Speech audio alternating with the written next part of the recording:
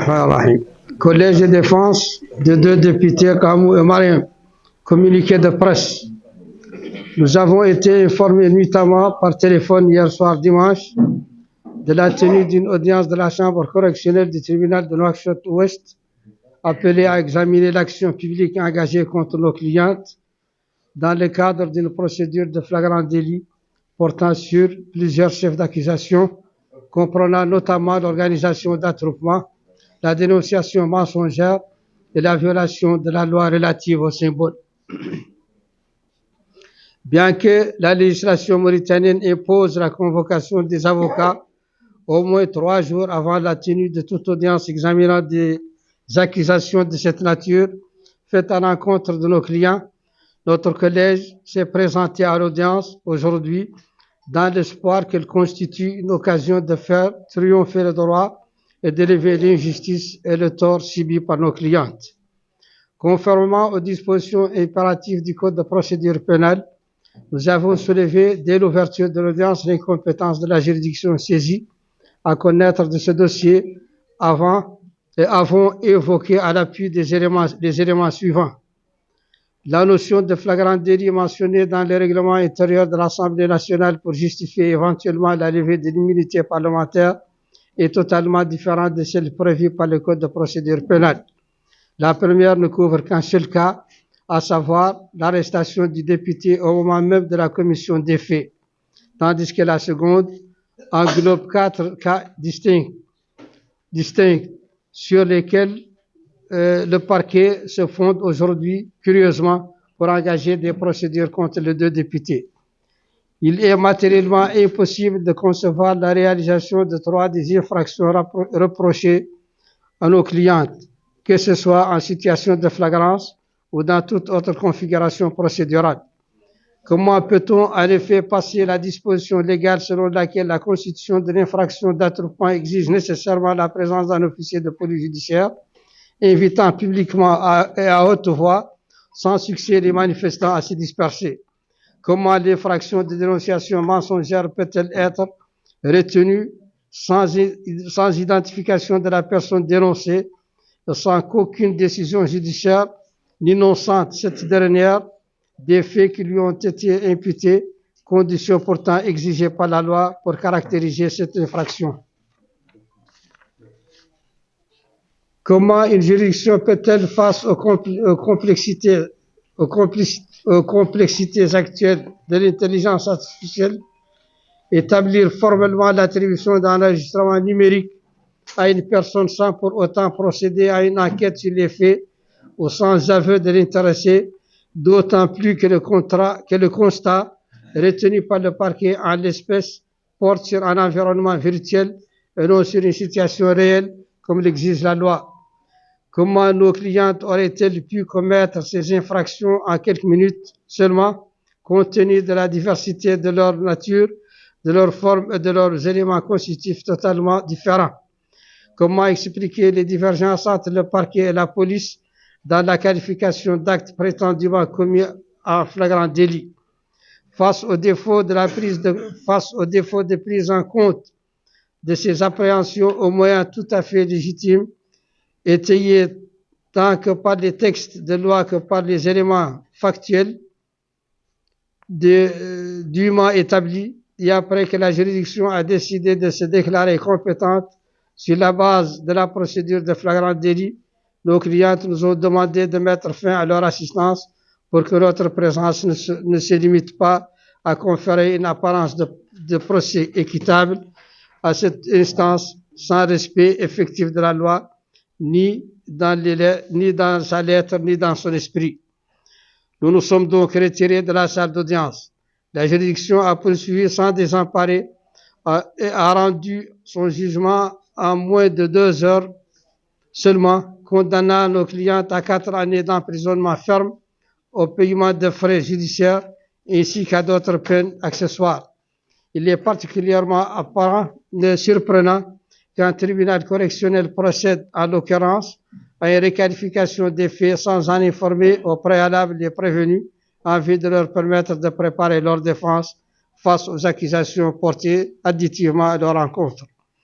Bien entendu, notre collège interjettera de ce jugement, interjettera appel de ce jugement dans les délais impartis, dans l'espoir que la juridiction de second degré corrige les graves irrégularités et entorses à la loi commises aujourd'hui par la Chambre correctionnelle du tribunal de la wilaya de Nouakchott-Ouest, fait à Nouakchott le 4 mai 2026, le Collège de défense. Non, il ne s'agit pas seulement d'infractions immatérielles. Il s'agit d'une série d'accusations. La première est que les honorables députés ont participé dans ce qu'ils ont appelé une manifestation, je dirais, violente quelque peu. Et ce qu'on appelle communément en droit un attroupement. Mais ça, c'est la première infraction. Elle n'est pas immatérielle, elle est matérielle. Mais elle n'a pas de fondement. Pourquoi? Parce que pour pouvoir être accusé d'avoir commis une infraction immatérielle, il y a une condition préalable. Il faut qu'un officier de police judiciaire, une autorité administrative, appelle les citoyens ou les hommes à l'attroupement à rompre cet attroupement. Et il n'a jamais été dit qu'il y a un attroupement. Il n'a jamais été prouvé qu'il y a un officier de police judiciaire ou un administrateur qui a appelé les personnes à rompre l'attroupement. Donc c'est une première infraction qui n'est pas immatérielle, elle est matérielle. La deuxième, c'est ce qu'on appelle la dénonciation calomnieuse. Cette dénonciation calomnieuse présuppose que les deux députés ont dénoncé auprès de l'autorité la commission d'un crime ou d'un délit. Et que cette autorité a examiné ces dénonciations calomnieuses et a abouti au fait qu'elle n'est pas fondée. Ça n'a jamais eu lieu. Ce n'est pas seulement ce n'est plus l'infraction de l'intelligence artificielle, etc. Et donc, ce sont là deux infractions qui ne peuvent pas être commises matériellement, logiquement, factuellement. C'est là le problème auquel nous faisons face. Oui, non. Et donc, on aussi dit, et c'est encore un élément de fait matériel très simple, dans la procédure de flagrant délit, et je veux que vous saisissiez cela, la procédure de flagrant délit au niveau du code de procédure pénale diffère fondamentalement de la procédure de flagrant délit dans le droit commun. Pour les parlementaires, il faut que le parlementaire soit saisi au moment où il faut arrêter, au moment où il commet les faits. Dans la procédure de droit commun, c'est plus long. L'éventail de possibilités d'être en flagrant délit est plus large. C'est à peu près, globalement, ce que nous voulions vous dire, c'est qu'il n'y a pas seulement une infraction immatérielle qui est reprochée à nos clients. Je dois vous dire, peut-être, que vous n'avez pas encore le communiqué, mais dans le communiqué, où il ressort du communiqué ou du jugement, que la décision elle-même s'est fondée sur des chefs d'accusation autres que celles présentées par le parquet. C'est une innovation en droit pénal. Dans le cas de cette question, nous, ce matin, nous avons procédé à soulever les exceptions. Parmi les exceptions qui ont été soulevées, c'est tout d'abord le problème de la flagrance. Est-ce que c'est réellement établi ou pas? Nous avons démontré qu'il n'y a pas eu flagrance, que les gens le parquet a voulu les poursuivre par cette procédure pour éviter la procédure de la levée de l'immunité. Pour abréger un peu la procédure, il a opté pour la flagrance qui n'est même pas établie. Et c'est ce que nous avons soulevé pendant 2 heures ou plus au niveau du tribunal, qui n'a pas voulu prendre compte de tout ce qui a été démontré. Le juge est entré dans le fond du dossier, mais après le retrait de la défense. La défense a posé les problèmes de forme, ce qu'on appelle les exceptions. Et lorsque le juge a vidé les exceptions, c'est-à-dire il les a rejetées tout en bloc, la défense est retirée et il a voulu aller au fond. Le fond, ça suppose que les deux prévenus fasse une déposition devant lui, ce qui n'a pas été fait. La défense était absente, le parquet a fait ses demandes et lui, tout simplement, sa religion a été faite sur la base de la déclaration du parquet, des réquisitions du parquet, et il a rendu son jugement. Robert, je disais donc qu'il y a deux écueils ou qui sont à éviter pour une bonne justice, pour une bonne administration de la justice. La lenteur, les lenteurs de la justice sont une mauvaise pratique. Et aussi la célérité excessive.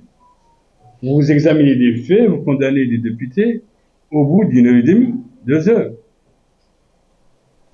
Et c'est généralement un signal, un symptôme évident d'un mauvais service public judiciaire.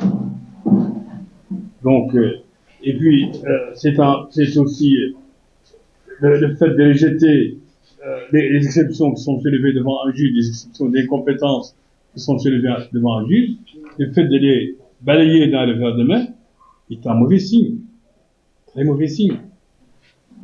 Et ils ont retenu à l'article 104 qui est relatif aux attroupements. Je ne sais pas s'il y avait des attroupements. Et en tout cas, s'il y avait eu attroupement, il n'y avait pas un commissaire de police ou un préfet qui a demandé encore une fois à ceux qui sont là de se disperser. Cet attroupement. Zulu Baba, Zulu Baba, Zulu Baba, Zulu Baba, Zulu Baba, Zulu Baba, Zulu Baba, Zulu Baba.